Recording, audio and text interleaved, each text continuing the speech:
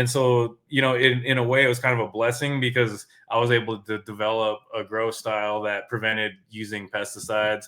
Long story short, there was a lot of people that were spraying all the way to cut down that I was consulting. So I'd go into these warehouses and they'd have bugs and mold everywhere, spraying Avid all the way to cut down. It was disgusting. And then I'd go in and rebuild their grow, and all their people that worked for them had their card. So they would tell me how they were getting sore throats and headaches and nausea.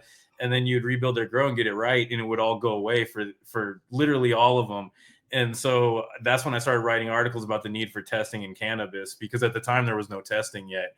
And I was warning medical card holders in a health magazine here in Montana that there was no testing in medical cannabis, and, how to identify sprays, headaches, nausea, whatnot.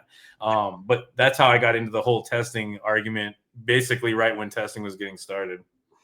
The testing argument, Trent, I wouldn't call it an argument per se. I would call it a spirited debate. Yeah. I think that you keep yourself in those. Look, I know you from social media, right? This is the first time you and I have ever spoken. So I know what I see, and I see it as someone who has opinions, but they're rooted in what they've seen and how the facts break out for them. And so, as I tell people all the time, our perspective is our reality. What we have to figure out is how to share it with people in a way where we can be fair and saying, look, I don't think there is any room for debate here. I don't think you can do this any other way. And this is why, where people say, look, you have to have pesticides.